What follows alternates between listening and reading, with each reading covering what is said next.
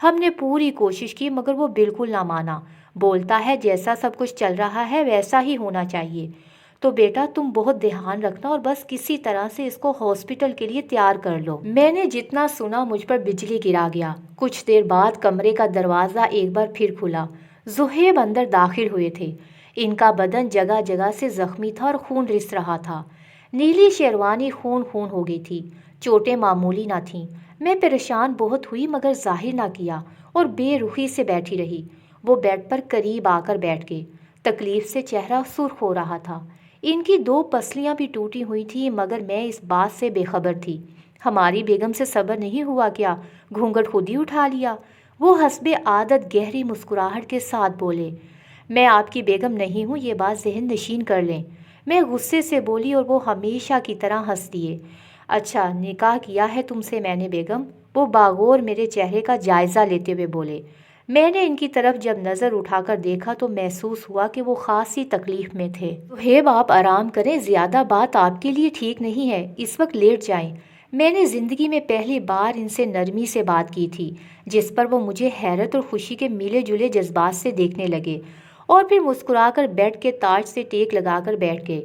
میرے محبت بھرے رویے کی ان کے چہرے پر چمک بھی ضرور تھی۔ میں نے اٹھ کر ان کا تکیہ درست کیا اور ان کو ٹھیک سے بٹھایا۔ آج مجھے احساس ہو رہا تھا وہ مجھ سے کس شدت کی محبت کرتے ہیں۔ میرا دل یک دم نرم پڑ گیا، یا پھر یہ نکاح کی طاقت تھی۔ شاید میں خاموش بیٹھی رہی۔ وہ کافی دیر میری خوبصورتی کی تعریف کرتے رہے۔ میری نظر اچانک بیڈ شیٹ پر پڑی تو وہ خون سے بھری ہوئی تھی۔